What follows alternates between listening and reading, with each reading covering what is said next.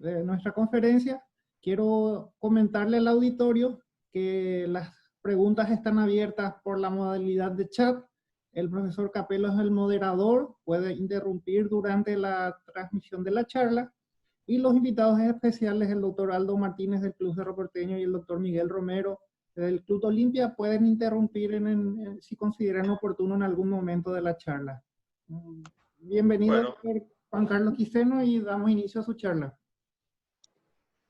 Doctor Quiseno, ya su currículum está puesto ahí. Quiero decir que lo conocí en el Comité Olímpico. Él es el jefe del departamento médico de todo el Comité Olímpico hasta el 2018 hasta la actualidad.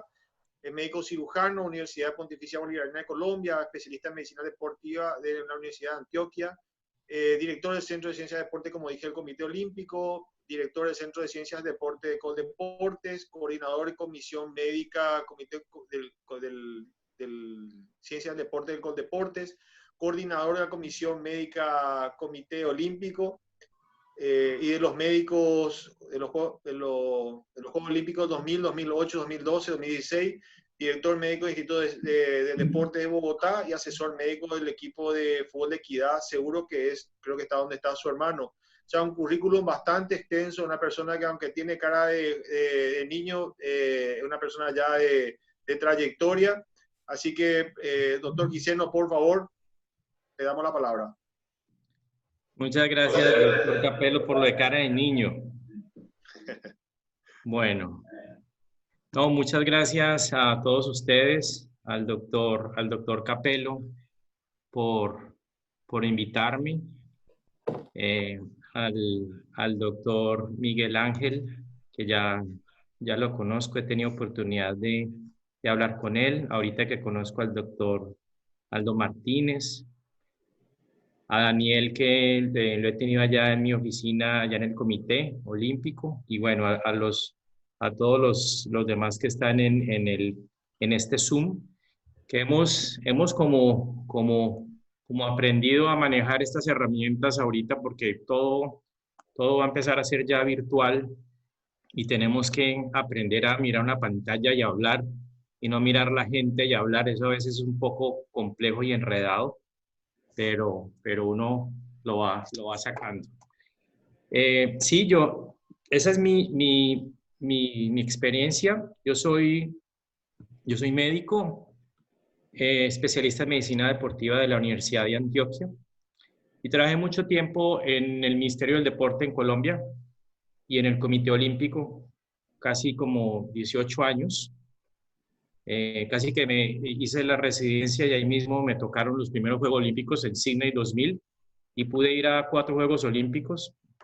Estábamos preparando este último con Paraguay en Tokio, pero no se pudo por la pandemia, pero estaremos, si Dios quiere, el próximo año. Y también he tenido la oportunidad, no solamente en el deporte olímpico, que ha sido como mi especialidad, por eso manejo los deportes cíclicos, los deportes acíclicos, los deportes de combate. Uno cuando es médico del deporte, uno tiene que saber evaluar un atleta, un ciclista, un remero o un boxeador, también un futbolista. Entonces, gracias al deporte olímpico he tenido la posibilidad de manejar diferentes deportes, y al final la fisiología es como la misma. Si uno aplica la fisiología del ejercicio, la bioquímica, la nutrición y todo lo demás, uno lo aplica a todos los deportes. También he asesorado el equipo de fútbol de Equidad, de Equidad Seguros, que los que estuvieron el año pasado en el congreso del comité, ahí vino de conferencista mi hermano y presidente del equipo. Entonces, desde el 2007 también los asesoro a ellos. Entonces, también he podido apoyar y trabajar en el fútbol. Bueno, entonces voy aquí a minimizar aquí las pantallas y voy a empezar. Yo quiero, doctor Capello, que pues, si en algún tema se quiere, digamos, profundizar en algo, no se entendió algo, entonces se puedan hacer preguntas. Porque como dice el título, valoración interdisciplinaria del rendimiento, son todos los aspectos de la evaluación de un deportista no solamente en pretemporada o la primera valoración inicial, el examen de preparticipación, sino son todas esas valoraciones y controles y seguimientos que se hacen posteriormente en el transcurso de la temporada o del plan de entrenamiento para ver cómo va el rendimiento y qué cambios hay que ajustar a la carga según la fatiga, la recuperación. Entonces son muchos temas, entonces a veces pueden ser muy rápidos. Esta presentación da para cada diapositiva casi que un seminario aparte de ese tema, pero quise mostrar lo que en 2 años hemos podido montar con el Comité Olímpico. Y yo básicamente lo que hice con mis compañeros, con mis 24 compañeros de trabajo, fue hacer una metodología, ¿cierto? No se vino a enseñar nada, digamos, científico, sino una metodología que es una metodología que es interdisciplinaria. Por eso dice ahí, es una valoración interdisciplinaria. Ahí es tan importante el preparador físico como el médico, como el fisioterapeuta, el nutricionista, el psicólogo, porque cada ciencia tiene que ver con el rendimiento, para apoyar al deportista y al entrenador. Nosotros empezamos con 8 personas, gracias a Dios y al apoyo que nos da el Comité Olímpico y su presidente Camilo Pérez, hemos podido aumentar a 24 personas. Obviamente, quisiéramos más personal, más equipos, más recursos, pero despacio creo que ya en este momento podemos hacer cualquier test, prueba, evaluación, control, seguimiento, monitoreo que se hacía en Colombia, porque tuve la oportunidad de estar en el Centro de Ciencias del Deporte. Entonces, lo que yo les vengo a mostrar es como nuestra metodología, pero también aprender de ustedes y digamos que esto sea como una interacción. Entonces, una valoración interdisciplinaria del rendimiento, todo el mundo lo ha llamado distinto. En España a eso le dicen la parte de evaluación médico-funcional, así le dicen en España. Nosotros lo aprendimos de Alemania del Este y de Cuba y lo llamaban control médico, control biomédico del entrenamiento. Ahorita lo están llamando el monitoreo del deportista, pero básicamente es un examen de preparticipación que se une con unas valoraciones para saber una línea de base, o sea, hoy, un periodo, una pretemporada. Y luego, en la temporada, controles y seguimientos, que pueden ser diarios, semanales, mensuales, y eso da el monitoreo. ¿Y uno qué monitoriza? Uno monitoriza si la carga está causando fatiga o adaptación y el deportista se está recuperando, está fatigado o está listo para el siguiente partido o para la competencia.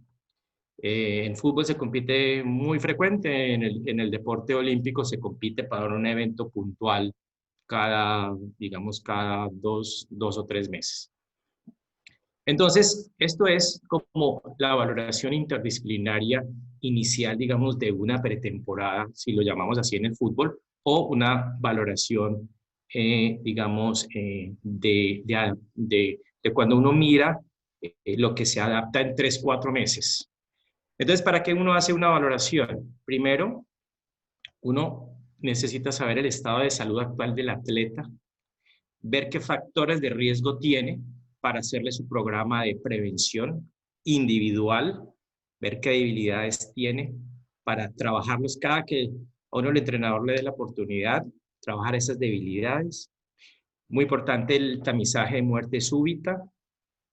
Las lesiones, recuerden que el principal riesgo de una lesión es una lesión previa o una lesión mal rehabilitada o alguna molestia actual. Entonces, esto es muy importante en el examen de preparticipación preguntar esto. Es el primer contacto con el equipo de ciencias del deporte.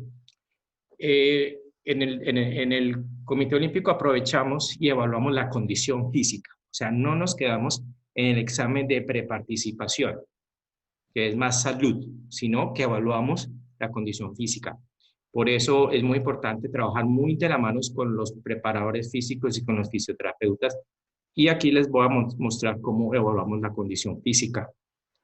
También interviene la nutricionista, el psicólogo, y es todo este examen de preparticipación, digamos, es todo un cuestionario donde nos enteramos cómo está el deportista. ¿Para qué? Para darle su aptitud, pero también, más importante que eso, es para sacar la línea de base y para llevar obviamente nuestra estadística médica. Y la línea de base es muy importante de nuestro equipo, hacer una línea de base, de ver cómo están en pretemporada y con los controles, seguimientos que se van haciendo ya en temporada, ver qué cambios tuvo esa línea de base inicial, por si se lesiona, entonces a dónde tiene que volver a llegar. O cuando estamos en la parte más importante del torneo, también saber cómo empezamos y cómo llegamos allá.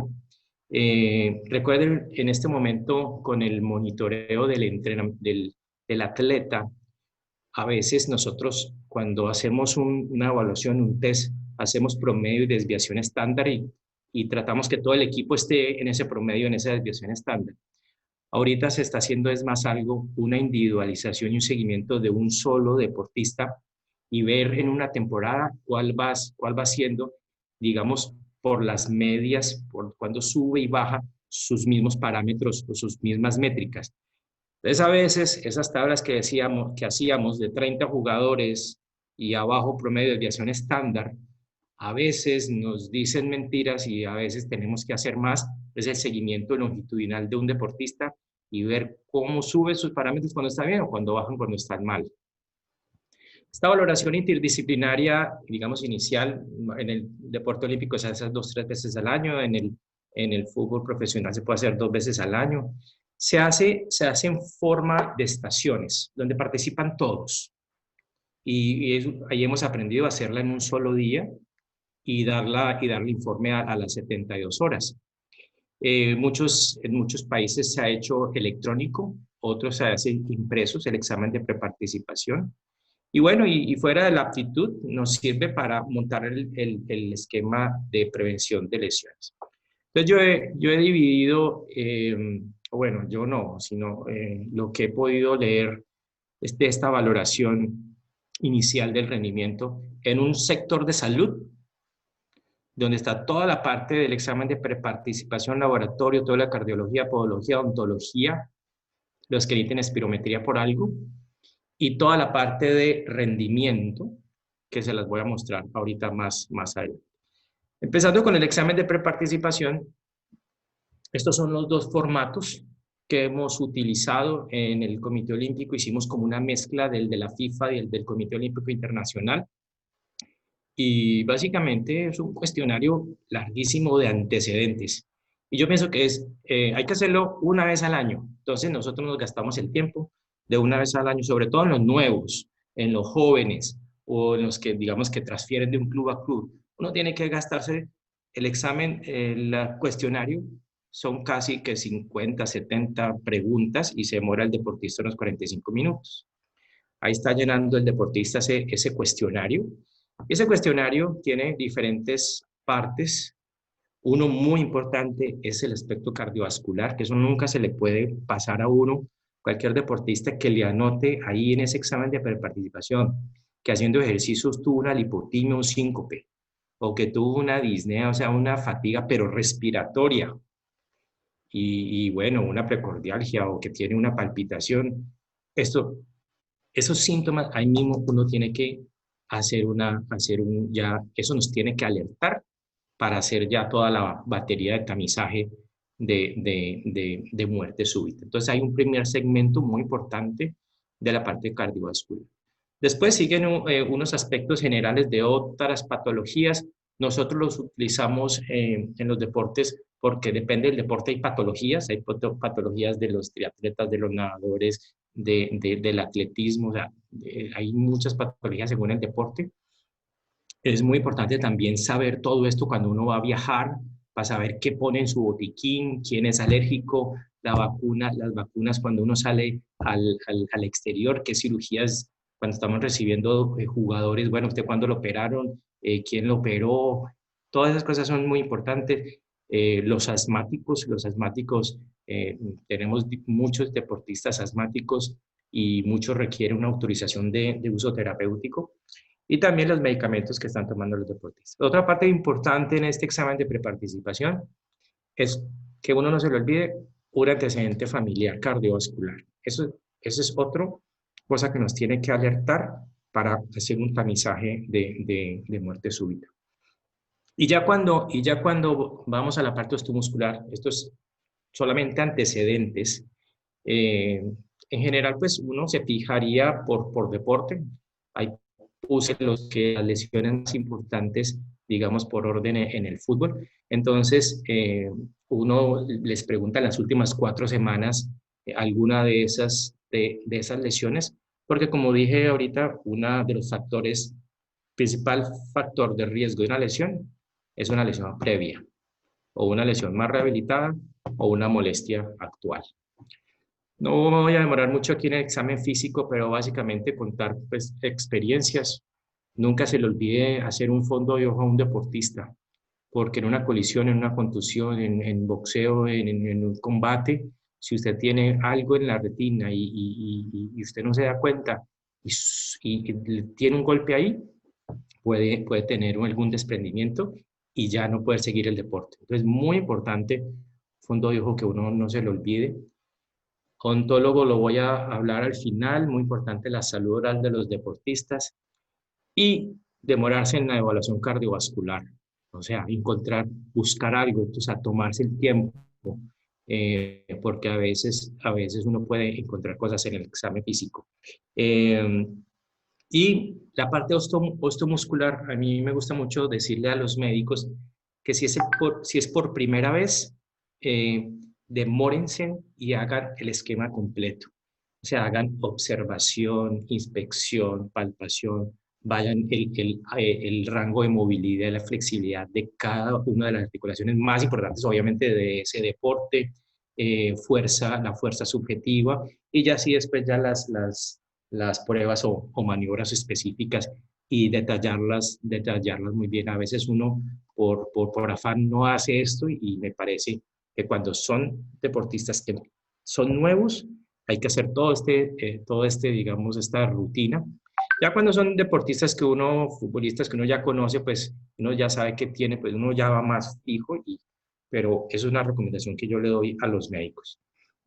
El laboratorio clínico, esto es la batería que hemos utilizado, una que otra cosa más o menos, pero básicamente toda la parte del hemograma, con toda la parte de anemia, el ionograma muy importante para ver toda la parte neuromuscular, la glicemia, perfil lipídico para los mayores de 35, deportistas mayores de 35 años es muy importante, el funcionamiento renal y hepático, citoquímico orina, y empezar a tener la línea de base de CPK y urea, que es importante que ustedes van a hacer más adelante el monitoreo CPK, según como lo vayan a poner, ese control bioquímico, si lo van a hacer cada 8, cada 15 días después de los partidos, cómo lo van a hacer. Recuerden que la CPK nos habla básicamente es de integridad de la fibra, ruptura de membrana, y en general son por acciones excéntricas, o sea, un partido muy intenso con muchas desaceleraciones, un trabajo excéntrico en el gimnasio, pero eso puede ser normal y estar aumentado. Lo importante es que no dure mucho, no dure más de 48, 72 horas, y solo no nos dice nada, hay que acompañarla de otras cosas, hay que acompañarla de otras variables para uno hablar de que se recuperó o no. Y la urea, pues que ya no lo estamos utilizando tanto, pero nos habla más de volúmenes muy altos de entrenamiento con déficit energético. Yo les quería aquí mostrar que pudimos evaluar al fútbol femenino, y gracias al doctor Emiliano Ibarrola, que es el médico de la selección, estuvimos trabajando con él. Encontramos mucha anemia en el fútbol femenino y encontramos, y eso revisamos que en Paraguay pasa lo mismo en las mujeres, casi que un 15 o un 30% de déficit de hierro. vegetarianismos, por la parte menstrual, dietas menores de 2.200 calorías. Entonces acuérdense de siempre hacer todo el esquema completo, porque es que a veces piden solamente un hemograma, pero hay que saber los depósitos, hay que ver la proteína transportadora, hay que ver el hierro libre y hay que ver cuánto está de este hierro en esa proteína transportadora. Y no hacer lo que dicen los libros de medicina interna, que es por debajo de 12 es anemia. No, estamos hablando de una deportista que tiene que correr, o un deportista que tiene que correr 90 minutos, o un atleta, o un remero, o un nadador, y no podemos hacer por debajo de 12. Entonces, todo lo que consideramos por debajo de 13, estamos considerando ya como una preanemia. Y de una vez le estamos mandando su suplemento con hierro elemental, ácido fólico, vitamina C, B12, van directamente a la nutricionista y controles mensuales. Aquí está el equipo que fue a Lima, 22 jugadoras. Mira el promedio, 12.9 el promedio de hemoglobina, con una que tenía 11.4. 13 futbolistas en preanemia, por debajo de 13. A todas estas les empezamos suplementación. Y eso les ayudó mucho, y eso les ayudó mucho en su parte, como hicimos un trabajo aeróbico muy intenso, les ayudó también mucho la parte de hemoglobina, porque esto va directamente relacionado. Pasando a la parte cardiológica, no soy un experto cardiólogo, pero sí evaluando, como están aquí mis compañeros leyendo electros, uno sí como médico tiene que saber que el deportista hay que saberle leer variantes normales de un electro, y cuando uno ve una variante anormal de un electro, llamar a su amigo el cardiólogo deportivo, porque uno tiene que tener un amigo cardiólogo deportivo. Aquí puse consultar al cardiólogo deportivo. Y si es un cardiólogo nomás, entonces uno le tiene que decir, ¿por qué no estudias la parte de cardiología deportiva? Porque es que un cardiólogo, digamos, clínico, a veces cuando ve a un deportista puede decir algo patológico que no lo es. Entonces, en cardiología, para hacer detección de muerte súbita, en el examen de preparticipación, los antecedentes del examen físico, como vimos, hacer un electro de 2 derivadas en reposo, con los criterios de Seattle. Ahorita vamos a ver cuáles son los criterios de Seattle. Y un ecocardio transtorácico. Normalmente todo el mundo llega aquí, a las primeras 3. Estoy hablando, digamos, cuando son poblaciones muy grandes, poblaciones de deportistas de deporte olímpico, deporte paralímpico. Cuando uno ya llega al fútbol, digamos, ya es un mandatorio las 4, ¿cierto? Pero mínimo hágalo o este eco al iniciar el deporte y repítalo cada 2 años. Y si alguno de estos da positivo, entonces hay que investigar más, llamar al cardiólogo, al electrofisiólogo, a un experto en imágenes, y a veces hay que hacer un estudio genético. Otras pruebas, una prueba de esfuerzo si es mayor de 35 años, para ver alguna isquemia, un Holter para ver alguna arritmia, una coronariografía porque hay arterias anómalas. Ya se utiliza mucho la resonancia magnética, la resonancia cardíaca, y se está utilizando el perfil genético para aquel que tiene antecedente en la familia de alguna patología cardíaca, o que dio en un borderline los estudios y no saben si puede tenerlo o no, entonces les hacen el perfil genético, porque casi que todas las patologías son genéticas.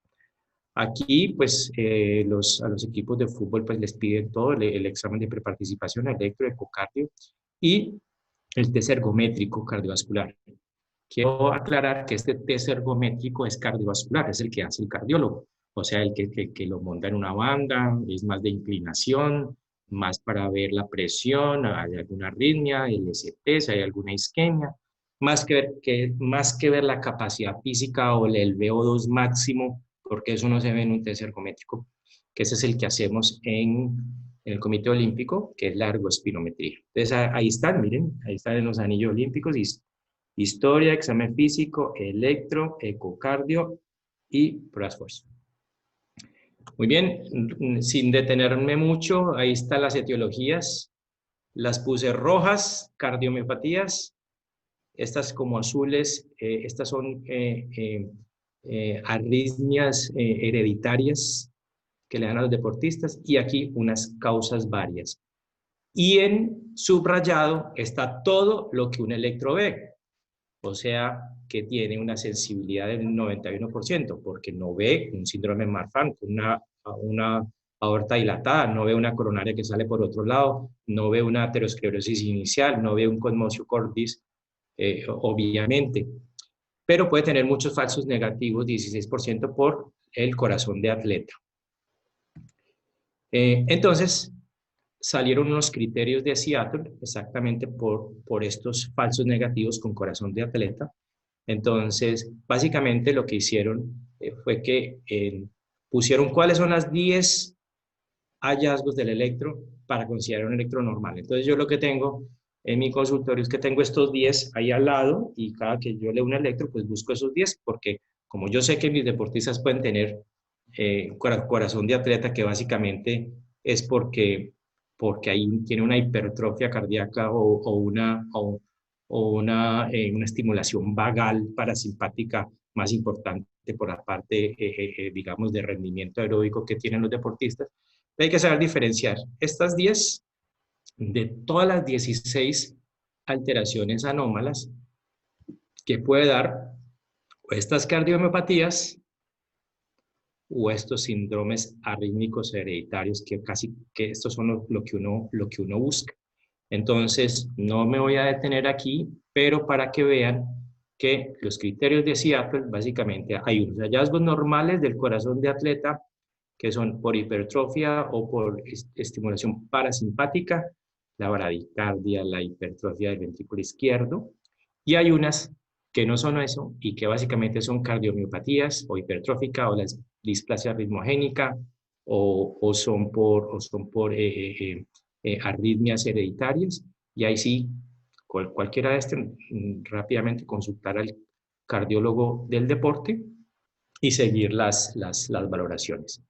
Yo quiero mostrarles que el tamizaje sí sirve. Esto es gracias al doctor Ibarora que con él pudimos, en el equipo de fútbol femenino, esto fue una deportista que tenía una comunicación interauricular. Esto no da muerte súbita, pero sí puede dar dificultades porque se va creciendo la aurícula derecha y se halló en un ecocardiograma. Rápidamente se cerró esa comunicación y ella pudo ir a los Juegos Panamericanos sin problema. Otra deportista ya tenía, era un Wolff Parkinson Wright, una asa aberrante por aquí y una vía accesoria. Usted sabe que eso, aquí está el electro que da, un PR corto, una onda delta, y eso puede dar rápidamente una fibrilación ventricular. Entonces, lo que se hizo con ella fue una ablación de ese asa anómalo y actualmente está bien la deportista. Y otra deportista, esta no fue futbolista, sino es una de baloncesto que, miren, 2.04, media 2.04. Claro, se vieron con todos los signos clínicos de Marfan y cuando se le pidió su eco, se reportó una aorta de 44 milímetros, una raíz crecidita. Entonces, a ella se le dejó en observación durante un año con control con eco y resonancia y en este momento no puede competir. Entonces, 2 deportistas que sí pudieron competir sin problema y una deportista que está en estudio.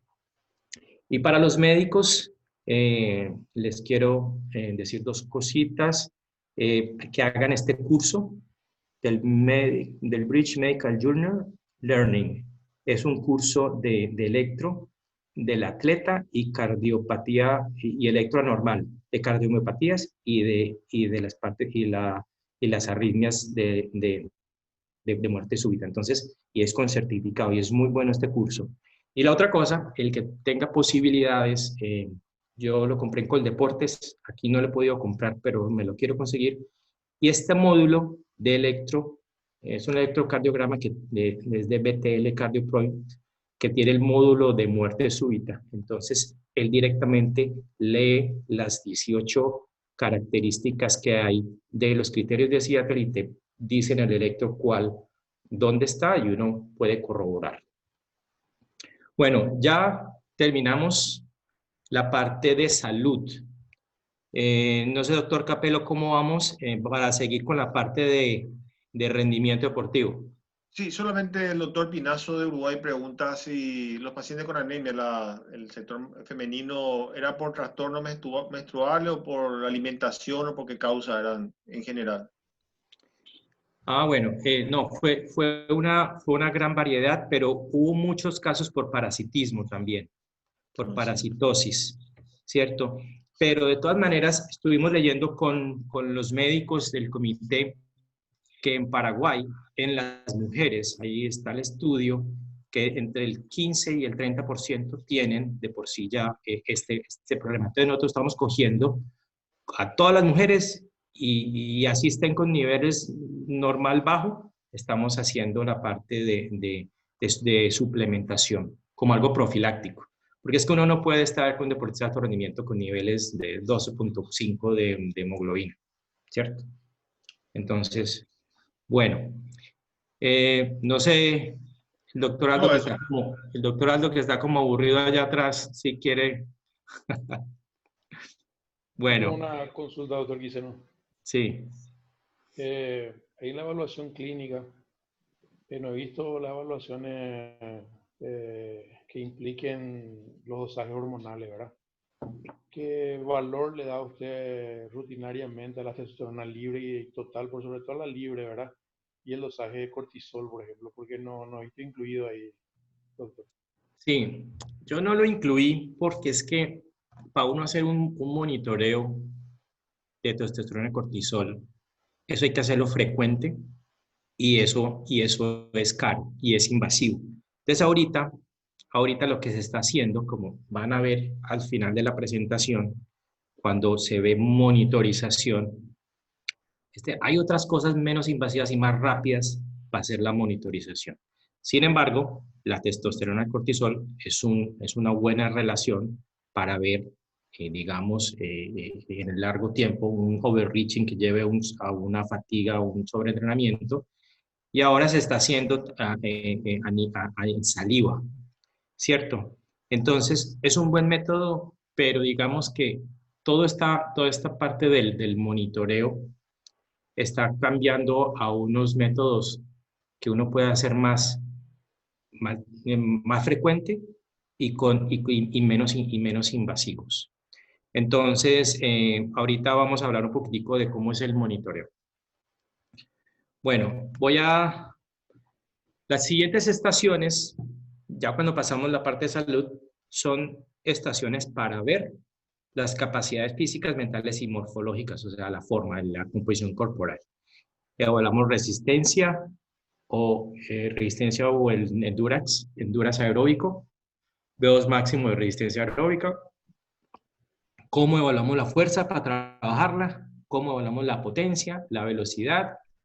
Es muy importante que nuestros fisioterapeutas trabajen muy de la mano con nosotros y con los preparadores físicos, porque es que un buen examen médico, como se hace en un examen de preparticipación, con una muy buena valoración fisioterapéutica, funcional, no como antes que uno hacía flexibilidad y postura y apoyo plantar, así me tocaba a mí con los fisioterapeutas, ya es una evaluación más funcional. Y con estas evaluaciones uno trabaja con el preparador físico y con el fisioterapeuta, digamos, ya más como en grupo, trabajando resistencia, potencia, core, la parte funcional, y más como un equipo de apoyo a toda esta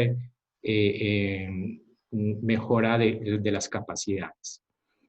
El psicólogo, estoy trabajando mucho con él la parte de la carga y el bienestar, los cuestionarios de bienestar y evaluar la carga interna de la percepción.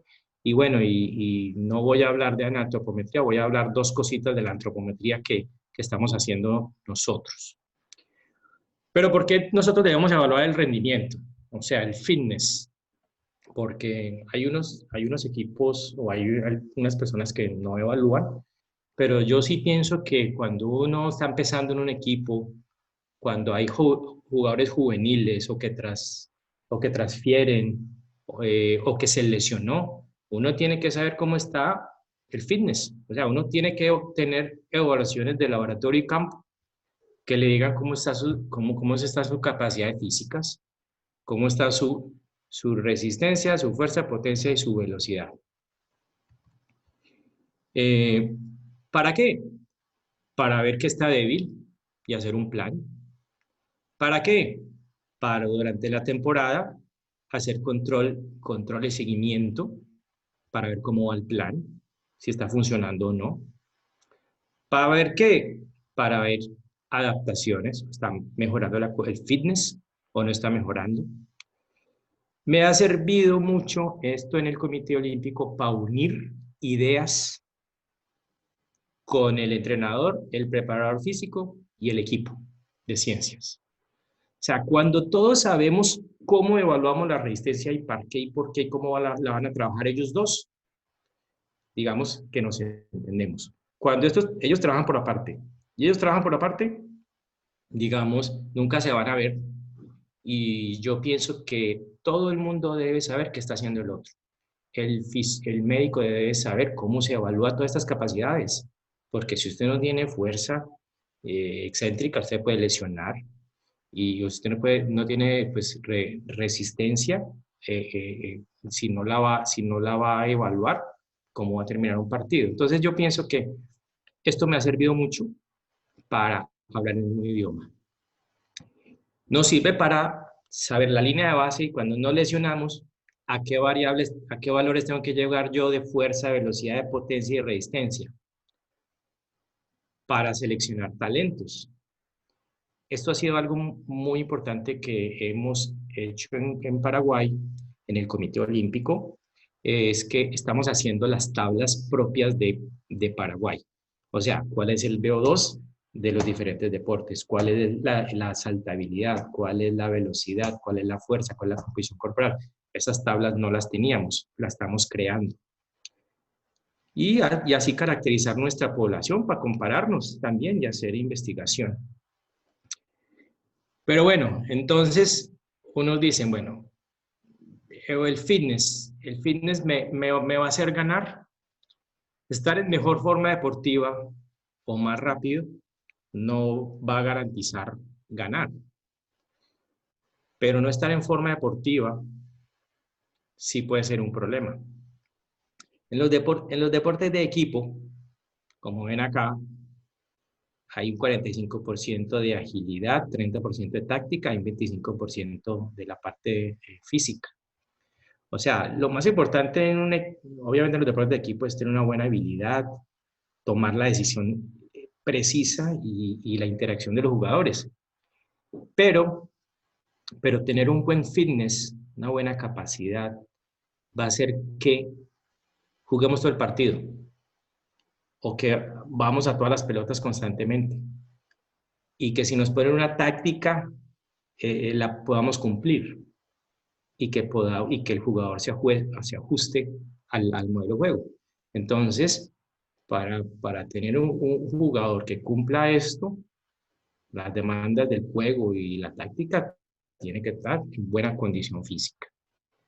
Entonces, lo primero que hacemos con los deportistas en el laboratorio tenemos un laboratorio de fisiología, hacemos pruebas en el campo y hacemos también muchas pruebas en el terreno. Inclusive mañana tenemos una prueba de control de zonas de entrenamiento en natación, de zona 2. Entonces mañana a las 7:30 estaremos en el complejo acuático. Entonces, contribución de la resistencia aeróbica y la potencia aeróbica. Esta es una diapositiva gracias al doctor Juan Carlos Maza, que nos dice que el sistema aeróbico es una de las principales fuentes de provisión de energía para la competencia en el fútbol, porque nos ayuda rápidamente a resintetizar esa fosfocreatina de 80, 100 movimientos de alta intensidad que uno hace en un partido, pero también durante el partido que se nos está acumulando el lactato, lo podamos oxidar, y uno lo oxida a través de un buen sistema aeróbico. Entonces tenemos que evaluar la resistencia aeróbica. la potencia aeróbica. Aquí estamos haciendo un VO2 máximo. Recuerden que esto es diferente de una prueba de esfuerzo cardiovascular. Esto es una ergoespirometría máxima. Aquí vamos a conocer el VO2 máximo del deportista y vamos a conocer su velocidad aeróbica máxima. Entonces, ¿para qué la potencia aeróbica máxima? Nos da la capacidad de jugar 90 minutos, de recuperarnos entre episodios cortos de alta intensidad, puede diferenciar equipos buenos, desempeñarse en una liga. O sea, para ir a jugar a Europa hay que tener un buen VO2, un VO2 de 60 para arriba. El VO2 varía según la posición de juego, según la calidad de cómo entrenamos, difiere entre jugador y jugador. Hay una muy alta correlación entre la distancia que se cubre en un partido y el VO2, con un R de 0.7 a 0.9. Pero obviamente un VO2 no le va a predecir el rendimiento en fútbol y normalmente no es de uso regular en una temporada. Entonces, porque varía muy pequeño, hay una variación muy pequeña. Entonces, ¿a quiénes les hacemos un VO2? Por ejemplo, si tenemos el equipo y nosotros no sabemos del equipo su consumo de oxígeno, pues es una oportunidad buena de hacerlo. Si tenemos jugadores de 15, 16, 17, 18 años, es muy importante hacerlo. Si vamos a vender un jugador a Europa, es importante saber cuál es su velocidad aeróbica máxima y su VO2 máximo. Si es un deportista que se nos lesionó, entonces estuvo operado y entonces 6 meses, entonces queremos volverlo otra vez a su VO2 máximo, o sea, le hace una ergoespirometría. Rápidamente, valores de VO2 máximo en fútbol masculino, 56 a 65, imagínense, 65 de consumo de oxígeno, y mujeres hasta 57. ¿Qué hemos encontrado? Esta es la selección de fútbol paraguayo, 47 de consumo de oxígeno, muy por debajo, y una velocidad aeróbica máxima muy bajita, de 47.7 kilómetros. Estas jugadoras las pusimos durante 6 semanas, 6, 8 semanas, con el preparador físico, con el doctor Ibarrola, a trabajar mucha resistencia y potencia aeróbica. Este es un equipo de fútbol paraguayo que evaluamos, 53, estaba cerca a 56, con deportistas podían llegar a 60. Entonces, miren, importante y aquí habían muchos que estaban aquí, muchos juveniles. Entonces, es bueno saber nuestro equipo cómo está y sobre todo para ver la velocidad aeróbica máxima, porque con base en la velocidad aeróbica máxima, el preparador físico me va a hacer el trabajo aeróbico, si va a ser intermitentes o si va a ser intervalado, ¿cierto? Y mira, aquí les estoy mostrando las tablas que estamos haciendo ya de los diferentes deportes en Paraguay. Fútbol 53 de consumo de oxígeno, atletismo 60, voliplaya 60, remo 57, ciclismo 67. Entonces ya estamos haciendo nuestras propias tablas, porque siempre nos teníamos que fijar de tablas internacionales. Y estas son mujeres. El equipo de baloncesto muy bajito, 51, 41. El equipo de mujeres 46, el de hockey. Mire que deportes de conjunto muy, muy bajito el V2 máximo, mucho más alto los deportes de resistencia, 57 y 57, remo y ciclismo, pero ya tenemos datos de Paraguay, o sea, ya tenemos datos de VO2, de velocidad aeróbica máxima, de umbral ventilatorio 1 y 2 de nuestros deportistas. Si uno no tiene una ergoespirometría y quiere saber la velocidad aeróbica máxima para entregarle al preparador físico para que trabaje sus intermitentes o para que trabaje los intervalados, entonces hay muchas pruebas. Yo les puedo recomendar las siguientes. Si es un deporte cíclico, yo le recomendaría un test de 1000 metros que dura 4 minuticos, y mide la velocidad aeróbica máxima y estima el VO2 máximo. Igual que el test de la milla, 1600 metros. Deportes de combate, deportes de cíclicos y así. Si yo tengo voy a hacer detección de talentos y son muchos jugadores y son muchos niños, pues le hago un test de Leyer o el yo-yo resistencia, que también nos evalúa el fitness cardiovascular.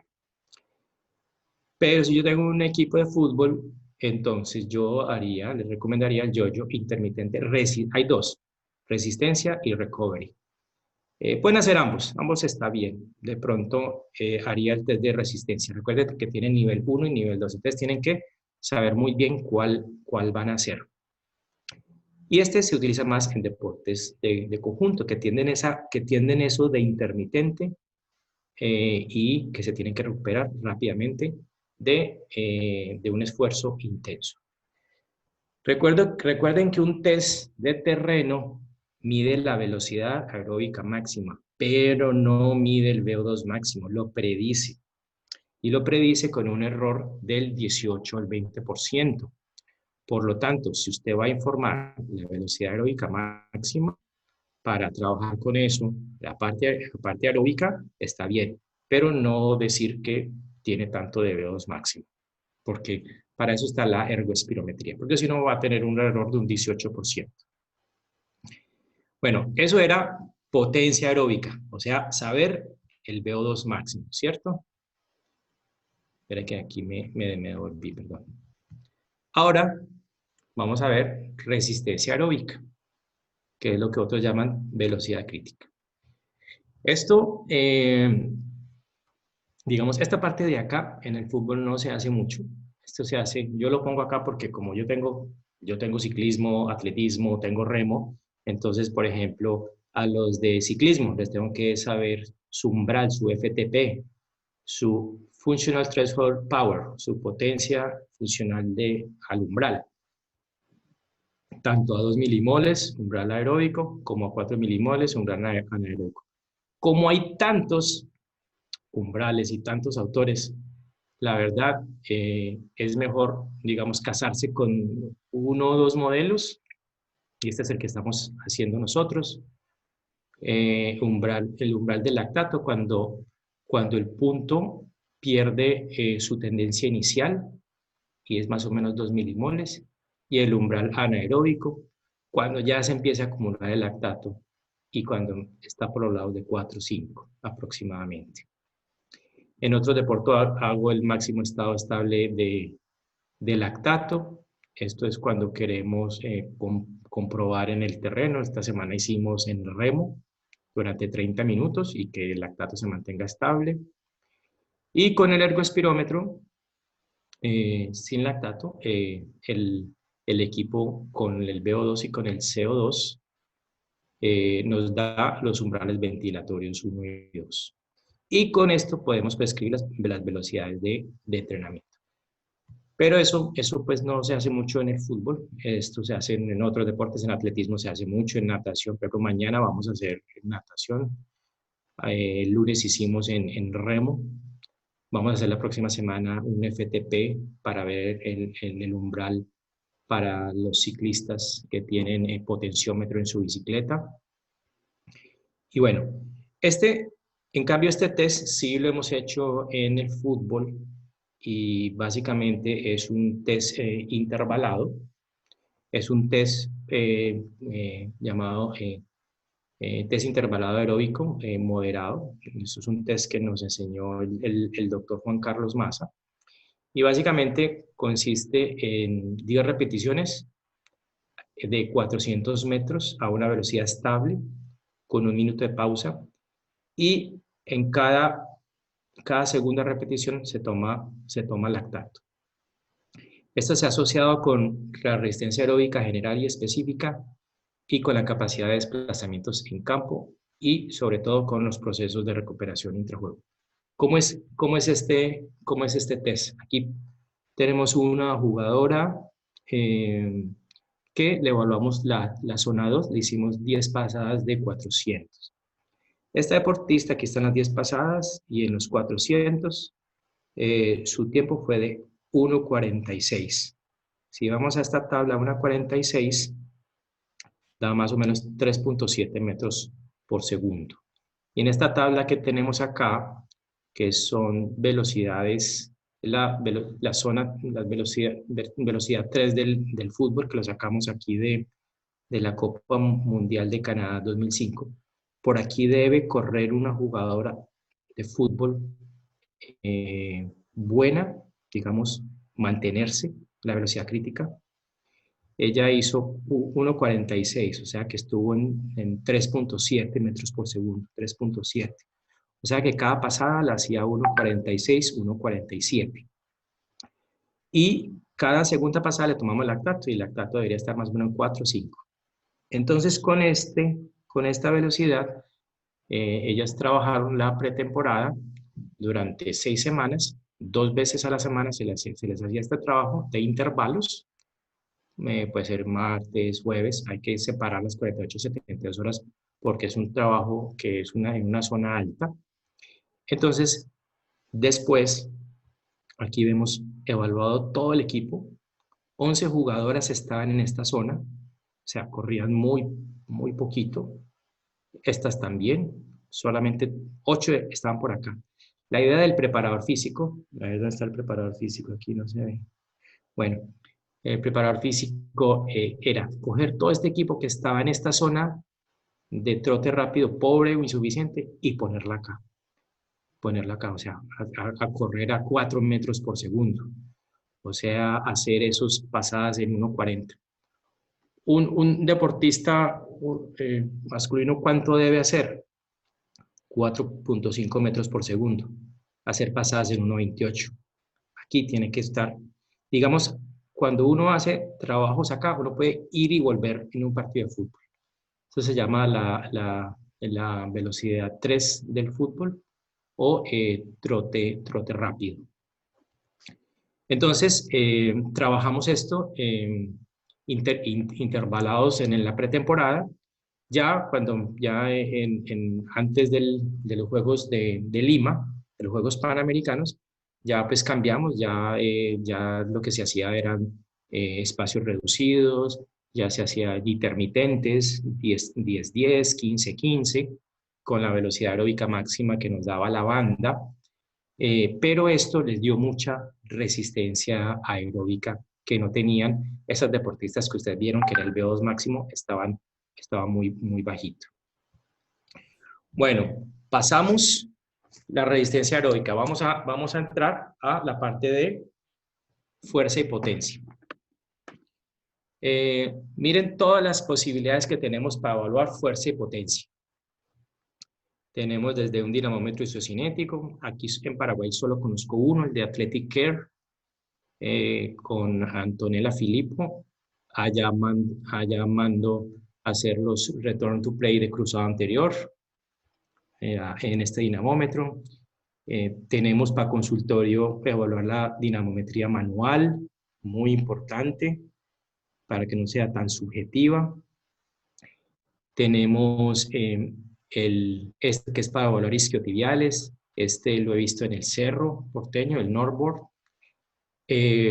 Encoder lineales, T-Force, Smart Coach, para evaluar una sentadilla, un press de pecho. Este lo tenemos en el Comité Olímpico Paraguayo.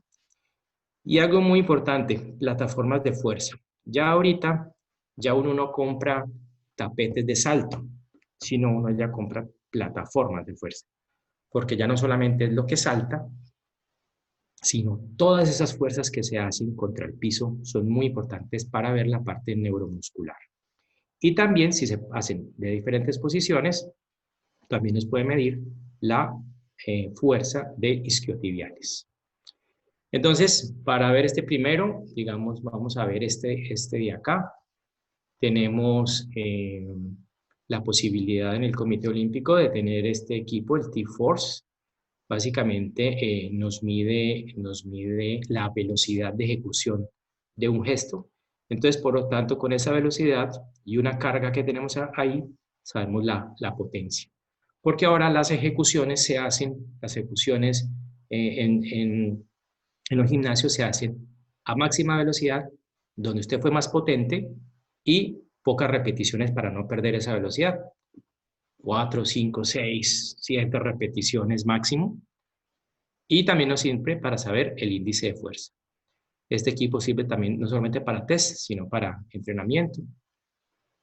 Aquí está un deportista, aquí está la curva de potencia, el punto donde fue más potente, 995 vatios.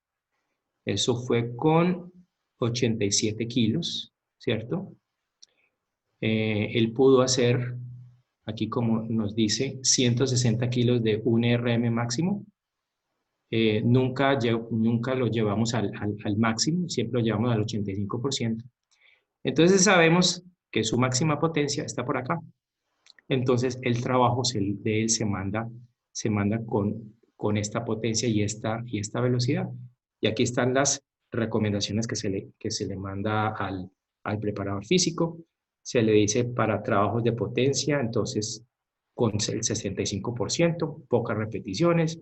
Y si quiere trabajos de fuerza, 70 al 80%, 4 o 5 repeticiones, todas a máxima velocidad.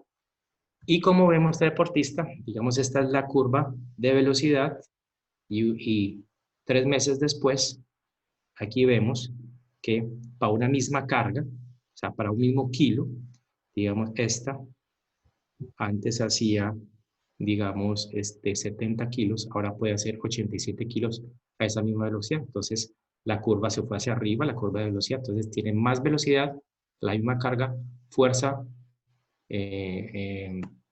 por velocidad nos da mayor potencia. Entonces, es una forma de evaluar, pero también de trabajar en el entrenamiento con un T-Force, un encoder lineal. Les comentaba de la parte de saltabilidad. Antes solamente nos fijábamos en cuánto saltaba un deportista. Digamos, acá, digamos, este equipo de fútbol paraguayo. En un contramovement jump saltó 41, entonces íbamos a ver cuánto saltaban en las tablas, entonces decía que saltaba 40, entonces más o menos saltaban lo mismo. Y aquí tengo los datos de las mujeres. Pero ahorita no estamos utilizando tanto, digamos, el número, no estamos utilizando tanto los centímetros que salta, sino que estamos utilizando más para evaluar la fatiga. Estamos utilizando estas plataformas de fuerza que ven ahí. Claro, estamos viendo para evaluar fuerza y potencia, cuánto salta y a partir del salto la potencia. Pero estamos viendo más la fatiga neuromuscular con un contra-movement jump. Y con esto monitorizamos el entrenamiento. Esto se puede hacer el segundo día post partido. Se hacen 3 saltos, no más, solo se hace el contra-movement jump. Entonces sería muy rápido evaluar todo un equipo y le puede decir si ya quedó con fatiga residual o no después de un partido. O muchos lo hacen 48 horas antes del partido.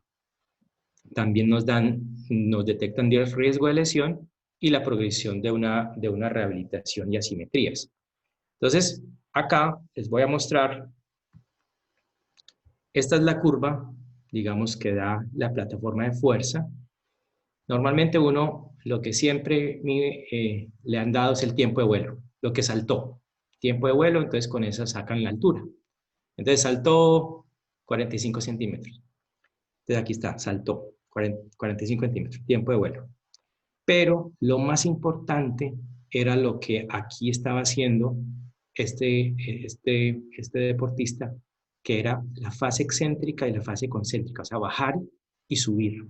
Eso es lo que se llama tiempo de contracción.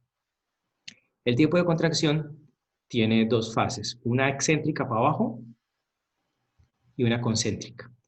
Cuando uno está en fatiga, digamos, lleva muchos partidos, no ha tenido buena recuperación, está al final de la temporada, hay fatiga neuromuscular, entonces el deportista esta duración la alarga, entonces ya no es tan explosivo, pero puede hacer el mismo tiempo de vuelo, porque él hace su engrama motor para llegar hasta allá arriba y saltar los 50, entonces si lo ponemos a saltar en un tapete, pues va a saltar sus 45, 60, 50 de siempre, pero no nos vamos a dar cuenta que la duración excéntrica se alargó y el tiempo de contracción se alargó. Entonces, lo que nosotros evaluamos aquí con un control movement jump para evaluar fatiga es que se disminuye la relación tiempo de vuelo, tiempo de contracción, o sea, porque el tiempo de vuelo sigue igual, pero el tiempo de contracción se alargó. Y se alarga a partir de la duración excéntrica. O sea, es un deportista que hace el movimiento, pero más extendido, hay mayor fatiga neuromuscular, y entonces se aumenta la duración excéntrica. Después, con el tiempo, ya cuando hay mucha fatiga, sí se puede disminuir el salto. Entonces, ¿cómo se hace esto? Esto generalmente se hace semanal para poder hacer una gráfica. Se puede hacer 48 horas o 72 horas después del partido. En general se hace, digamos, un martes después del partido. O para puesta a punto, 24 horas antes del partido. Y básicamente miden esta o esta. Y si no están, la duración excéntrica no está alargada y esta no está disminuida, con otras variables de monitoreo, se puede decir que el deportista está recuperado, digamos, del partido anterior. Pero esa plataforma no solamente la podemos utilizar para salto, sino aquí la estamos utilizando para evaluar los isquiotibiales. Aquí estamos evaluando los isquiotibiales en un ejercicio isométrico de 3 segundos, fuerza, pero nos da la fuerza pico, y nos da la fuerza que él hace en los 50, 100, 150, 200 milisegundos. Entonces nos sirve para evaluar la fuerza, ver asimetrías derecha-izquierda, que no sea más de 15, y también nos dice cuándo hizo la fuerza, si al principio o al final.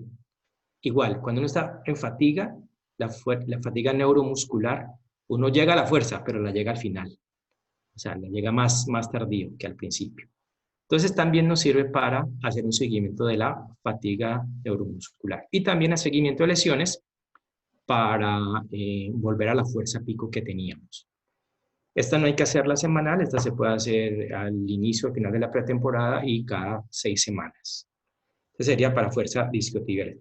Hay unos equipos que tienen este equipo, el NordBord, para evaluar isquiotibiales.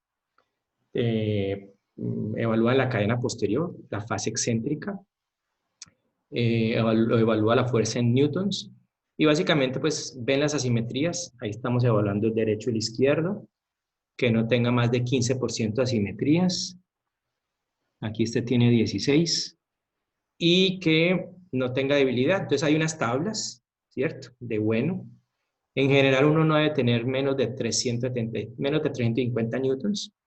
Y si tuvo una lesión previa de isquiotibiales, no debe tener más de, debe llegar a 450 newtons. Pero lo más importante es no seguir las tablas, sino sacar el perfil de su propio jugador. Yo aquí les quiero mostrar no sé cómo, este gimnasio se montó en La Equidad ya hace como unos 4 o 5 años. Y es un gimnasio que es peso libre, neumático y con tecnología isoinercial, concéntrico, excéntrico. Pero todos tienen un Smart Coach que te dice fuerza, velocidad y potencia. Entonces eso le dice al preparador físico y al médico si está haciendo, cuál es la potencia, cuál es la fuerza que está haciendo esa ejecución. Entonces uno tiene que, con esos mismos dispositivos, trabajar. Es muy importante trabajar con la tecnología inercial ahora. Hay algunos sitios aquí en Paraguay que ya lo tienen, y algunos equipos también. Entonces lo importante es, se llama el K-Box, es para hacer una sentadilla, y básicamente saque el promedio de su equipo y trabaje 2 veces por semana los futbolistas que tiene alguna debilidad o están por debajo del promedio. Eso trabaja mucho la parte excéntrica. Ahí estamos trabajando la parte excéntrica, bilateral.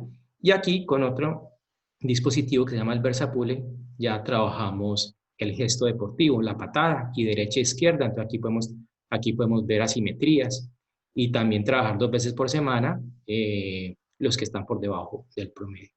Entonces, ya hay muchas tecnologías y formas de trabajar la fuerza. Bueno, ya llevamos 1 hora, entonces, yo no sé, doctor Capello, todavía me quedan hablar de fisioterapia rápidamente, o usted qué opina?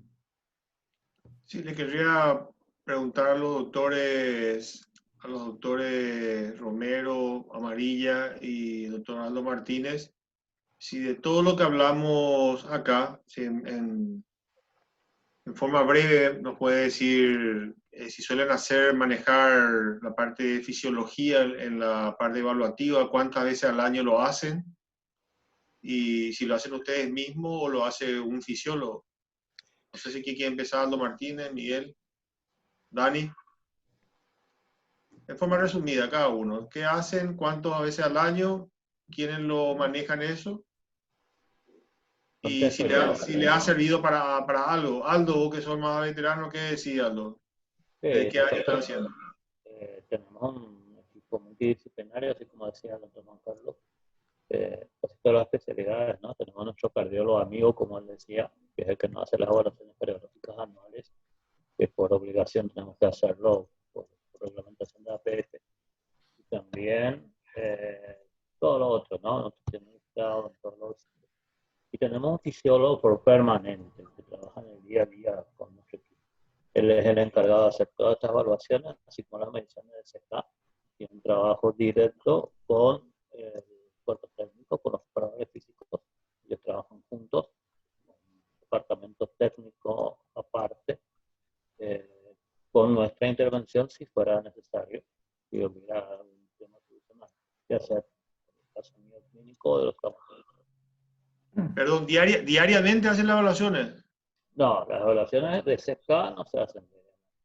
Se hacen de acuerdo al cronograma. Como decía Juan Carlos, todo es muy variable. Hay semanas cortas, hay semanas largas, y en algunos casos se puede. Sabe que la CK tiene múltiples factores que pueden hacerlo variar. Cualquier inyección o tratamiento puede hacer variar mucho esas mediciones, que hay que tener en cuenta. Pero el acuerdo a las evaluaciones que estaba mostrando recién, eso generalmente se hace semestral. O sea, cada pretemporada se hace esas evaluaciones. ¿Desde qué año hacen, Aldo? Aldo, ¿desde qué año están haciendo? Estamos hace 4 años aproximadamente, estamos trabajando así. De 2016, 2017. ¿Encontraste alguna diferencia con lo que antes se hacía y ahora? Sí, ¿Te ayudó para algo? sí, evidentemente ayuda bastante. Pasa que no se puede ser muy, a ver, ¿cómo decirlo? Hay demasiadas variables, no existe una constante. La cantidad de partidos, el ritmo de partidos, los torneos internacionales, etcétera, etcétera. A veces que le imposibilita al fisiólogo hacer todas esas evaluaciones. Pero sobre todo cuando tenemos jugadores que ya sabemos que suelen sufrir algún tipo de lesiones de ciertas partes específicas, por jugadores que por nuestro historial clínico, ellos a repetición presentan lesiones y que tiene, eso es lo que se va midiendo, como decía él, en la fase de recuperación, porque no hay nada más desagradable que el jugador mal recuperado o que queda con secuelas de una lesión, porque es un jugador ya limitado casi toda la temporada. Gracias, Aldo. Miguel, ¿usted algo diferente? Bueno, realmente el club, y vos fuiste partícipe también, profe, en un tiempo de nuestra institución, ¿verdad? Sabes que tiene etapas históricas, ¿verdad? En el desarrollo de la formación científica para el cuidado de los atletas, ¿verdad? Empezó en una época en que era prácticamente empírica. Eso fue evolucionando con la apertura también de los dirigentes y los diferentes presidentes que fueron cambiándose, ¿verdad? Y hoy llegamos en una etapa, hace ya un par de años, en el cual el club apuesta justamente a este estilo de trabajo, ¿verdad? Tanto es así que nosotros habíamos solicitado en un momento dado, ¿verdad? El asesoramiento del profesor Juan Carlos Maza, ¿verdad? Entonces es más o menos esta misma línea que sigue el doctor Juan Carlos Quiseno, ¿verdad? Entonces, bastante coincidente es la metodología de trabajo que nosotros tenemos con la que ellos están encarando en el Comité Olímpico, por ejemplo, ¿verdad? con la salvedad de que en el fútbol, como tenemos dos grandes competencias, la apertura y el clausura, ¿verdad? Tenemos dos grandes periodos de evaluación, ¿verdad? Inicial, en los cuales hacemos toda la determinación a todos los atletas y a partir de ahí generamos un perfil. Hoy día el club está apuntando a un centro de alto rendimiento. Eso está informatizado, una plataforma en la cual se suben todas las informaciones de todas las áreas y se comparte eso tanto con el cuerpo técnico, los propios atletas, los directivos incluso y el presidente, ¿verdad? Entonces es una suerte de ir culturizando también a todo lo que está en el entorno del fútbol, ¿verdad? Desde el presidente hasta el último atleta, ¿verdad? Y bueno, y durante las competencias tenemos los periodos de controles rutinarios y los periodos de evaluaciones post lesiones, por ejemplo, para vuelta de competencia, ¿verdad?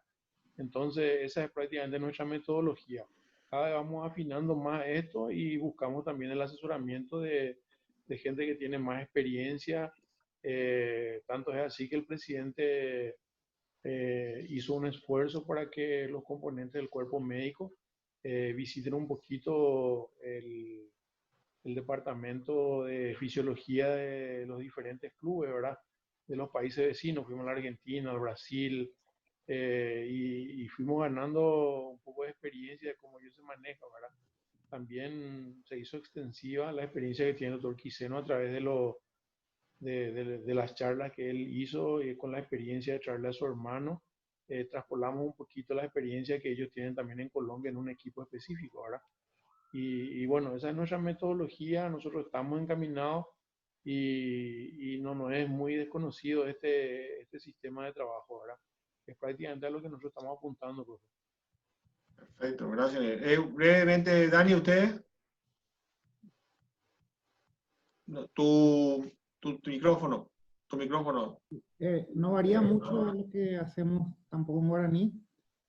Lo que puedo decir sí es que tenemos equipos un poco más rudimentarios. Nosotros medimos peso, medimos velocidad, no tenemos informatizado y los resultados que hallamos en esas mediciones lo elevamos a tablas y comparamos, ¿verdad? Pero básicamente hacemos lo mismo que los demás clubes. Perfecto. ¿Qué opinaba, Juan Carlos, de lo que escuchaste recién de los principales clubes de acá, de primera, del Paraguay?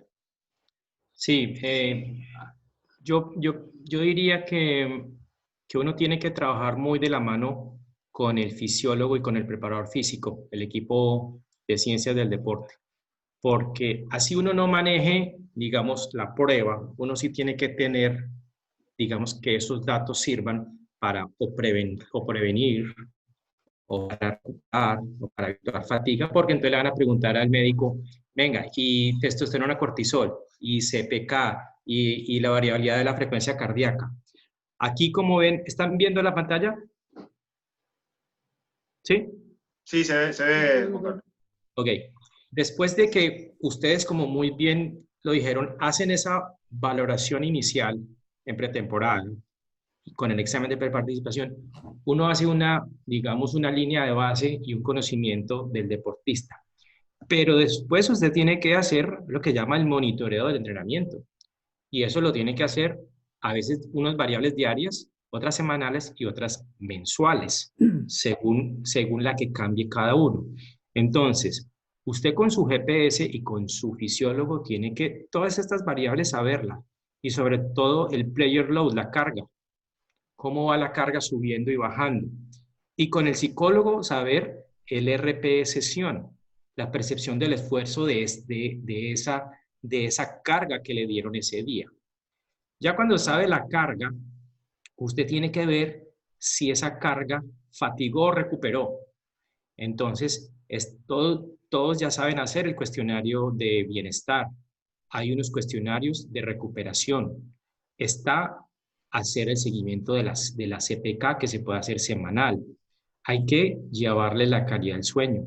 Hay que hacer test de variabilidad de la frecuencia cardíaca cada 2-3 días. Los pulsómetros ahorita, todas las mañanas, yo cuando voy a correr me hago la variabilidad de la frecuencia cardíaca para ver uno cómo está, si está entrando en fatiga, en cansancio o no. Mire, y ahí está su testosterona y cortisol. ¿Sí lo ven? Y eso me está marcando si esta carga me está dejando fatiga residual o me está recuperando, ¿cierto? Y estos de aquí me van a decir si estoy listo para jugar. Digamos lo que llaman el readiness. Entonces, rápidamente con goniometría, hacer rango de movilidad, evaluar la fuerza como les mostré, evaluar el contramovimiento en plataforma de fuerza y los isquiotibiales, pero no para ver cuánto saltó, sino cómo está todas esas fuerzas neuromusculares de la contracción excéntrica y concéntrica.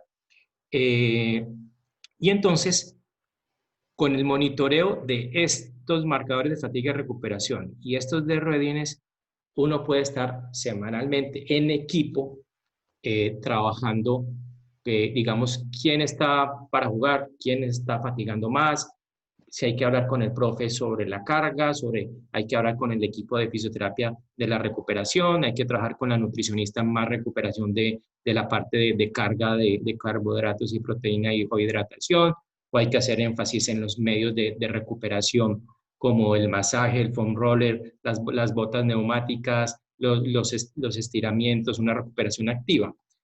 Entonces, esto es lo que hay que hacer constantemente ustedes en los equipos después de que uno hace el examen de preparticipación y la valoración inicial.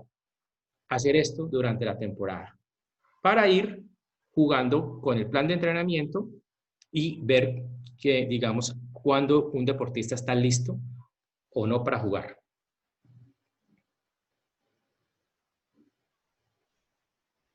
Perfecto, Juan Carlos. Una pequeña anécdota, Juan Carlos, de lo que me pasó como médico cuando estuve como médico en plantel de primera, es que en una pretemporada los jugadores, habían 4 o 5 jugadores que hicieron lesiones musculares y raramente los jugadores eran los más jóvenes. Yo sabía que algo se estaba haciendo mal, se lo dije al preparador físico, y lo que más me molestó es que yo sabía que algo se estaba haciendo mal, pero no sabía por qué se estaba haciendo mal. Justamente si yo tenía todos estos datos, yo creo que en ese momento lo hubiese podido retrucar.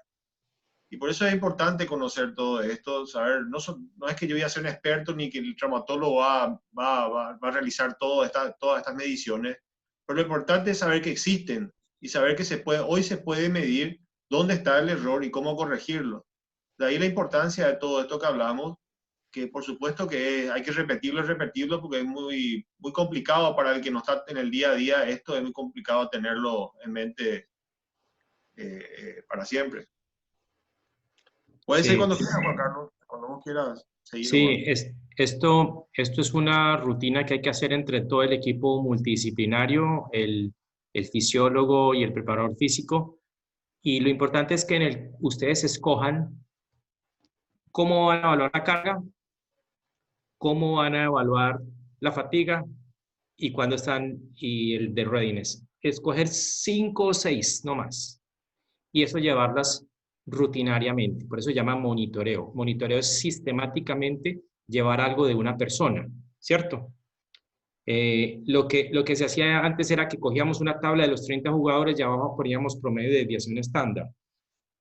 Eso, digamos, eso hace conclusiones grandes, pero no hace conclusiones de una sola persona en el transcurso de la temporada y en el transcurso de los partidos. Entonces, son muchas variables. Lo importante es escoger las fáciles, las baratas, las que se puedan hacer en el terreno, que no cuesten mucho tiempo, que sean fiables, que sean válidas, que sean sensibles. Juan Carlos, una pregunta que hace el doctor Carlos Domínguez. Es para el retorno deportivo de un postoperado de ligamento cruzado anterior, ¿qué evaluación objetiva utiliza? Bueno, nosotros hacemos una cosa que se llama el return to play de cruzado y son varias cosas. Primero, el cirujano, el médico, nos hace el examen médico y nos tiene que decir dolor, el arco, la funcionalidad, ¿cómo lo ve? El primero concepto del ortopedista, del médico del deporte. Después lo pasamos, después muy importante, la evaluación isocinética. Esa evaluación de fuerza derecha, izquierda y agonista, antagonista, para que esté al 90% de la fuerza en el test isocinético. Después lo pasamos a fisioterapia y fisioterapia nos hace la parte de FMS y nos hace los hop test, los test de salto. Lo llevamos a fisiología y nos hace saltabilidad, sobre todo el drop jump y el contra movement jump, para que vuelva a tener los niveles otra vez de potencia que tenía. Le evaluamos fuerza. Bueno, como ya les dije con el test isométrico, le hacemos un test que se llama el T-test, que es en campo. Es un test que dura como 9 segundos y es hacer una T a la máxima velocidad. Y por último, un test funcional con balón en terreno. Entonces, bueno, ahí hay un test psicológico también, porque a veces el deportista está recuperado, pero no todavía tiene temor a la jugada que le causó su lesión. Entonces es una batería de return to play para el cruzado anterior. Una pregunta acá al doctor Cárdenas, y una cosa que dijo el doctor Gonzalo Gómez en la charla en Medicina de Deporte, la evaluación del abanico glúteo en jugadores de fútbol para prevenir lesiones del ligamento cruzado anterior. ¿Qué opinas sobre eso? Sí, claro. Algo muy importante no solamente para ya digamos, la lesión, sino para prevenir, es fortalecer toda la parte de glúteo, porque a veces se pone uno a trabajar isquiotibial, cuádriceps y se olvida del glúteo, y ese glúteo es el que está dando la estabilidad no solamente de la cadera, sino de la rodilla, que no se vaya en valgo, tan importante también en las mujeres. Entonces, es muy importante trabajar el glúteo medio, pero no solamente el glúteo medio, sino trabajar los isquiotibiales, trabajar cuádriceps. Muy importante trabajar también excéntricos. Justamente ayer en una charla sobre hombros, el licenciado kinesiólogo Rodrigo Araya decía la importancia de tres puntos fundamentales para cualquier deporte: la cintura escapular, la parte central que le llamamos core, y la cintura pelviana. Que los tres siempre hay que tener bien medidos, porque son los que estabilizan para cualquiera sea el deporte, tanto de piernas como el fútbol, el rugby, o como del hombro, como en el caso del tenis, el handball, del básquetbol. Y habló mucho el doctor Gonzalo Gómez, habló justamente de que había notable como ciertos jugadores de primera, y mostró ahí un jugador del Racing Club cómo no tenía fuerza para mantener el equilibrio en una pierna, y cómo la rodilla se le iba en valgo porque no tenía fuerza en el abanico glúteo de un lado. Por lo que uno no garantiza que porque sea un jugador profesional tenga perfectamente equilibrada toda la fuerza. Eso es muy importante. Por eso nosotros tenemos esta batería de rango de movilidad de 3 áreas grandes que siempre evaluamos: columna dorsal, cadera, rotación interna y externa, y tobillo. Porque esas 3 tienen que tener mucha movilidad, ¿cierto? Para que nos dé un buen control motor. Cuando ya evaluamos la propiocepción y el control motor con estos ejercicios, que un deportista pueda hacer esto, que un deportista pueda tener control motor de tronco, que tenga buena estabilidad, propiocepción. Entonces, por eso, como él dice, uno debe tener lo móvil, moverlo bien: tobillo, cadera, columna dorsal, y lo estable, que sea estable. Las rodillas tienen que tener estabilidad, la columna lumbar tiene que tener estabilidad, ¿entiendes? Entonces, esas cosas hay que trabajarlas antes digamos, de pasar a la parte funcional y de carga. Perfecto. por supuesto, traumatólogo. Eso, el doctor Cara está preguntando sobre ciertos ejercicios isquiotibial, excéntrico y concéntrico de cruzado, que eso le podemos dejar para otra charla en cuanto a la parte musculoesquelética. Yo creo que eso teníamos que dejarlo para más adelante porque hay mucho por hablar. Juan Carlos, ¿querés hablar sobre algo más? Tenemos todavía 50 personas que están escuchando, así que si querés seguir, no hay ningún problema. Bueno, no, básicamente yo quería acá, cuando uno evalúa la carga y cuando evalúa la fatiga y la recuperación, es para uno montar, pero yo lo ubico por acá, es para montar su esquema de recuperación, ¿cierto? Para implementar su rutina de recuperación. Esa es la rutina de recuperación que usted la tiene que hacer por su deporte, porque uno no va a monitorizar todas esas variables y digamos, no va a hacer ninguna acción. Entonces, esta es una rutina que tenemos, por ejemplo, en natación. Después de la competencia, digamos, de la mañana, el deportista hace una recuperación activa, luego hace toda la parte de hidratación y de suplementación con carbohidrato y proteína, que fue lo que perdió durante su entrenamiento, su competencia. Posteriormente pasa a un masaje o a una movilización de la parte de fascia con el foam roller, a unos estiramientos dinámicos, se pone sus botas de compresión. Los deportistas luego hacen su relajación mental, otros hacen meditación, terminan con crioterapia, se ponen su vestido de compresión y están listos para el próximo entrenamiento o para la próxima competencia. Entonces, lo importante de estas acciones, perdón, acá, lo importante de uno evaluar tantas cosas es poder tener con estos jugadores y con estas jugadoras, tener una rutina de prevención y de recuperación.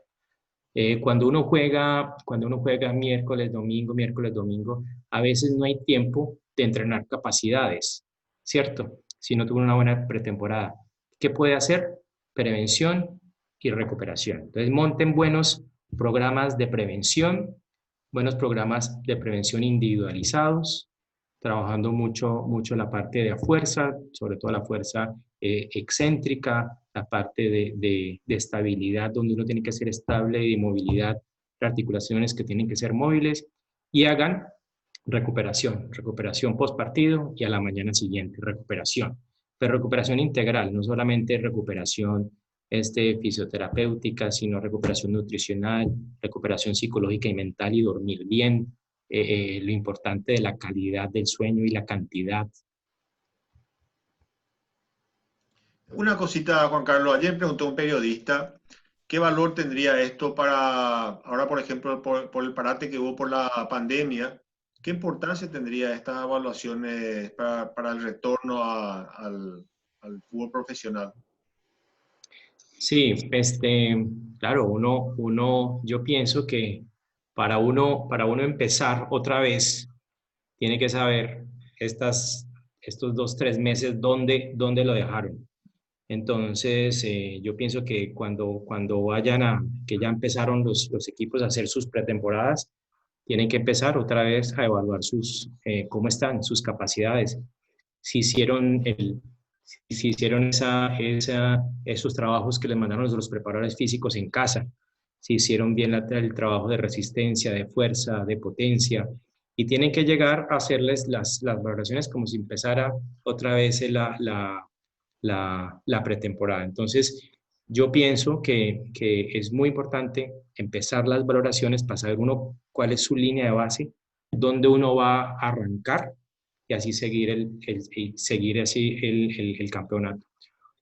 Ojalá pues les den en los diferentes campeonatos suficiente tiempo para hacer una pretemporada. Ojalá fuera larga, de 6 a 8 semanas. Sé que en muchos países va a ser corta, de 4 semanas. Aquí en Paraguay va a ser de 5, ¿cierto? No sé, Juan Carlos, perdón, Miguel, Aldo. De 5, ¿cierto? 6 Y semanas. volvimos el 10 de junio y empezamos a jugar el 19 de julio. Sí, sí. O sea, 5 o 6, exacto. Si uno paró 3 meses, digamos, tiene que más o menos eso, hacer una... Entonces lo que van a tener que hacer en los equipos, van a tener que hacer muchas rotaciones, van a tener que hacer los 5 cambios. No sé si aquí se autorizó los 5 cambios. No, No. Olimpia creo que pidió 8, parece. No, pedimos 5, Entonces, hermano, pero para ayudarle a ustedes. A ver que no entonces, nadie vaya el pleno. entonces van a tener que usar estrategias porque no van a tener el equipo. Y sobre todo una cosa que perdieron mucho los deportistas fue esa característica de jugar fútbol, esa sensibilidad del timing, el balón, ¿cierto? Que si uno no juega y no jugó y no lo tenía, eso es lo que más se pierde, ¿cierto? Así mismo, doctor. Sí. Los pases El largos, tiempo, la sincronización no es total.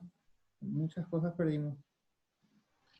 el tiempo de recuperación, Juan Carlos, ¿cómo estamos? ¿Te parece bien más tiempo de recuperación o así tipo como están haciendo en España, que juegan prácticamente cada 3 días? ¿Qué te parece? Eh, yo diría que lo que pasa es que eso depende. Yo diría que si hay que acabar el torneo rápido para planificar bien el otro, hay que hacerlo miércoles, domingo, pero obviamente hay que ir rotando el equipo dentro de las posibilidades que usted le dieron de tener un equipo, una plantilla un poco más grande. Entonces, porque ahorita lo que quieren los países es terminar este torneo. No sé aquí cuántas fechas faltan, creo que faltan 8. 14. 14. Bueno, aquí faltan un poquitico más. En Europa faltaban 8, faltaban muy poquitas. Y ya muchos ya fueron campeones. Entonces querían olvidarse rápido de ese para armar uno ya con los protocolos del COVID y uno ya más armados y con otras posibilidades. Perfecto, no hay, ¿qué dice? ¿Qué? Acá Bueno, hay, yo quiero a los médicos y a los preparadores físicos invitarlos al Comité Olímpico a que miren las instalaciones y a que los podamos asesorar y apoyar. Obviamente, muy respetuosos de cada institución y todos los que pertenecen al equipo de medicina de cada institución, porque ustedes pueden tener unas cosas, nosotros podemos tener otras cosas y nos podemos así complementar los diferentes equipos. Entonces, a la orden en el Comité Olímpico, ahí está mi WhatsApp. Tengo todavía el WhatsApp de Colombia, porque es que si no dejo el WhatsApp de Colombia, ya en Colombia no me vuelvan a escribir. Entonces, y ahí, aunque también tengo pues número paraguayo. Entonces, doctor Capello, también quería entonces aprovechar esa oportunidad y también que todas estas, digamos, segmentos de esta conferencia es una conferencia adicional, porque para evaluar fuerza, para evaluar resistencia, o sea, cada uno es un módulo aparte, porque aquí se dio muy grande, muy genérico, y uno tiene que, digamos que, eh, trabajar el protocolo, hacer un taller. Entonces es más, digamos, más largo cada ítem. perfecto. De todas formas, Juan Carlos, tenemos pensado hacer un curso básico de medicina del deporte a partir de, probablemente empiece en agosto. Y están invitados todos los que quieren participar, están invitados todos, Juan Carlos. La idea es hacerlo contigo y con la gente, con Enrique Moya, con Gonzalo y a lo mejor tu hermano si quiere participar, que también es de primer nivel. De todas formas, la idea es extenderse y continuar la educación médica continua. A ver si le puedo invitar también, le veo a Pinazo ahí. Ojalá que le podamos invitar también a la gente de Uruguay que se prendan también a la idea, ¿verdad? Tenemos gente conocida Sí, me parece que le bien, interesaría así participar. y podríamos hacer un curso, sí, un curso internacional y aprovechar porque esto se va para largo y yo pienso que las reuniones así de conferencias no van a ser posibles hasta el próximo año. Entonces, esta va a ser como que la metodología que vamos a tener que implementar y utilizar. Y cada uno se tiene que volver como más experto en esta metodología. A veces uno hablar a la pantalla, a veces es difícil, entonces es mejor poner como las caras a un ladito, pero si uno pone las caras uno no ve la presentación, entonces es como adaptándose. Y doctor Capello, muchas gracias por la invitación. Eh, Me gustó mucho poderle hablar a mis colegas paraguayos. ¿Sabes por qué les digo colegas? Porque hace 4 semanas más o menos me dieron el registro médico paraguayo. Entonces ya tengo el registro médico de acá. Perfecto. Y bueno, muchas gracias a vos, Juan Carlos. Aldo, ¿alguna idea con tu experiencia, todo lo que viviste todos estos años? ¿Qué opinás de seguir educándonos y mejorando en el día a día? ¿Qué opinás, Juan Carlos? Aldo. Hace poco le dije a Daniela Mariel, le dije las mismas cosas que yo hacía ya por el 95, ustedes siguen haciendo, pero por lo que veo cambió un poquito la percepción.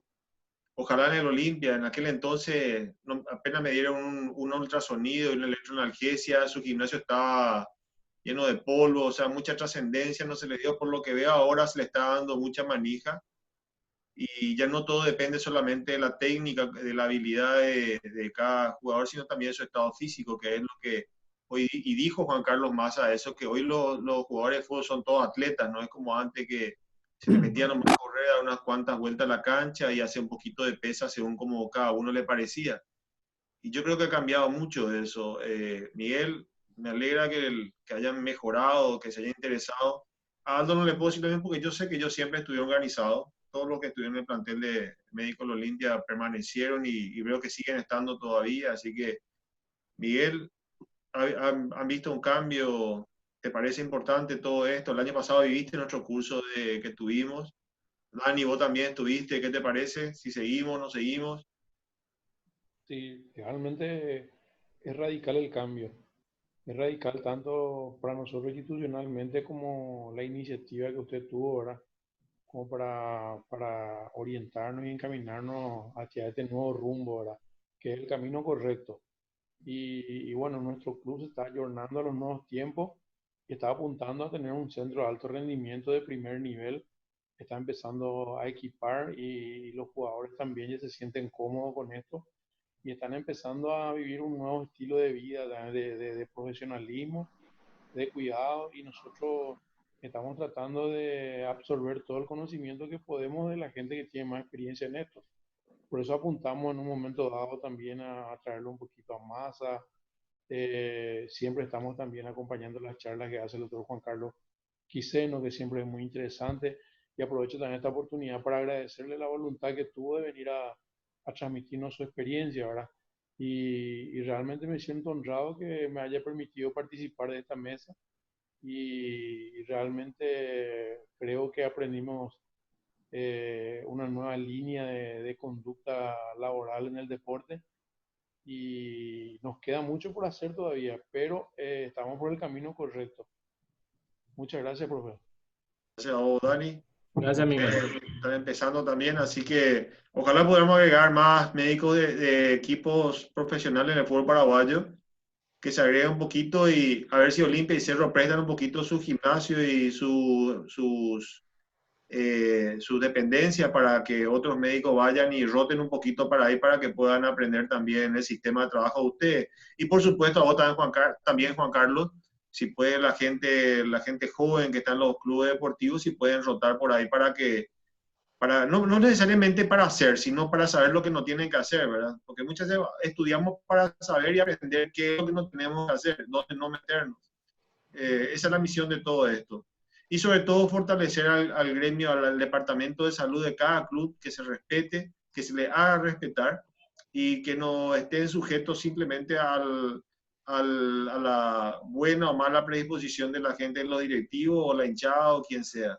Que el departamento médico, el departamento de salud de los clubes se mantengan independientes de lo que pase en otras partes del club. Y bueno, muchísimas gracias, por eso no quiero más, sé que tienen que ir, ya es hora de cenar con su familia, así que le agradezco un montón por participar. Al doctor Pinazo de Uruguay, le invitamos para otras charlas, muchísimas gracias. Y bueno, nos despedimos todos. Gracias por todo. Muchas gracias a todos por la invitación y espero que nos sigamos viendo y que me inviten a otras reuniones. Perfecto, gracias. Gracias a todos, muy amable. Gracias. Suerte. Hasta luego. Gracias. Chao, chao. Suerte.